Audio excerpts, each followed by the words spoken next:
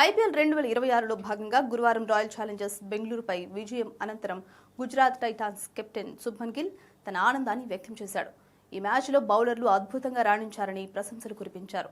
బలమైన ఆర్సీబీ జట్టును 160 పరుగులలోపే ఆపడం గొప్ప విజయమని పేర్కొన్నాడు. ఈ పిచ్పై ఆర్సీబీని తక్కువ పరుగులకే నియంత్రించడం నిజంగా సంతృప్తినిచ్చే విషయమని చెప్పాడు. ఈ విజయానికి ప్రధాన కారణం ఫీల్డింగ్ అని గిల్ స్పష్టం చేశాడు. ఈ రోజు తన రోజు అని తాను చాలా హ్యాపీగా ఉన్నట్లు శుభ్మన్ గిల్ వెల్లడించాడు. ఈ పిచ్పై ఆర్సీబీ లాంటి పటిష్ట జట్టును 160 పరుగుల లోపే ఆపడం చాలా సంతృప్తినిచ్చింది.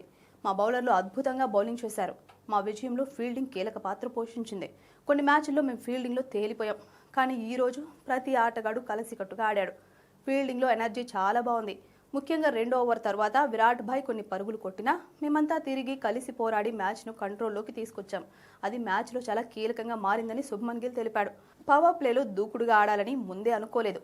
నేను నా సహజ శైలి ఆటనే ఆడాను. మొదటి బంతికి కొంచెం అదృష్టం కలిసొచ్చింది. రెండో బంతి తర్వాత నేను మంచి ఫ్లోలోకి వచ్చాను.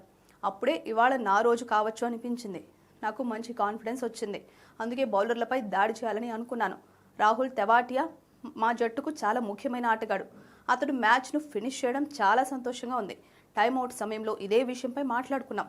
మధ్యలో కొన్ని వికెట్లు కోల్పోయినా చివరిలో అతడు కీలక పరుగులు చేశాడు. అందరూ తమ వంతు పాత్ర పోషించారు.